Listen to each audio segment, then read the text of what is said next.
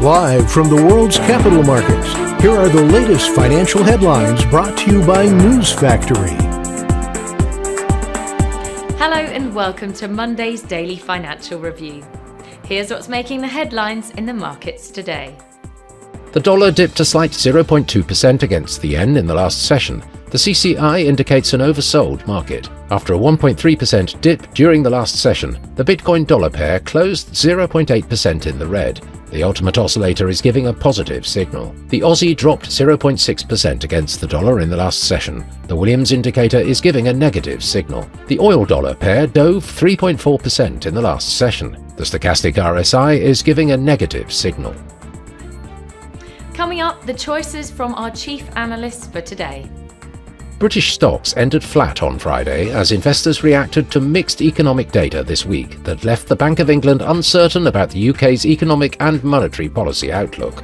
The benchmark FTSE 100 dipped 0.04% in the red for a fourth straight session. The US dollar rose against a broad range of currencies on Friday, including the euro, sterling, and those tied to commodities such as the Australian dollar, as investors consolidated positions ahead of the weekend, looked to more inflation data next week, and kept an eye on tariff headlines. Cryptocurrency exchange Bybit has been hacked for over $1.4 billion in liquid-staked Ether, mantle-staked ETH, and other ERC20 tokens, according to on-chain security analyst ZachXBT. Bybit CEO confirmed the incident and provided an update on the security breach.